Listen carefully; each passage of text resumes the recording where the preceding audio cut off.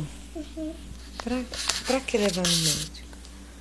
Porque eu tô cheia de pernilongo, então eu vou ir no médico. Pra quê? Aqui sim. O que o médico vai fazer? Eu acho que umas perguntas e ver as minhas coisas que eu tô passando mal. Quem que fez isso com você? Foi pernilongo.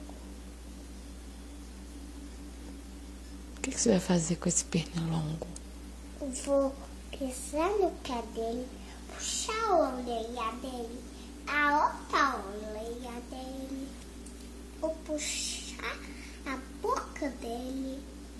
Vou puxar a bochecha dele. Vou puxar o queixo dele. Eu vou puxar o braço dele, a mão dele, o olho dele, a testa dele e o nariz dele.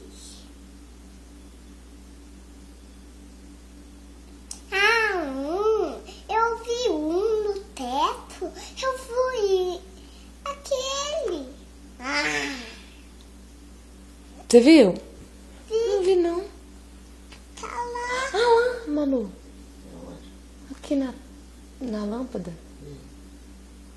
Nossa. Você tenta matar ele. Só que ele já voou, com Manu. a- Que esse aí parece que é grande. Eu já tava em mim aqui já. Nossa, ele tá rápido. Ele tem que matar com alguma vassoura, eu acho.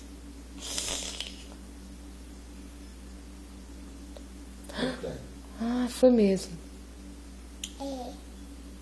Tenta lá disso me picar, que eu tô tentando dormir com esse pernilongo chato. Eu vou mostrar a língua pra ele.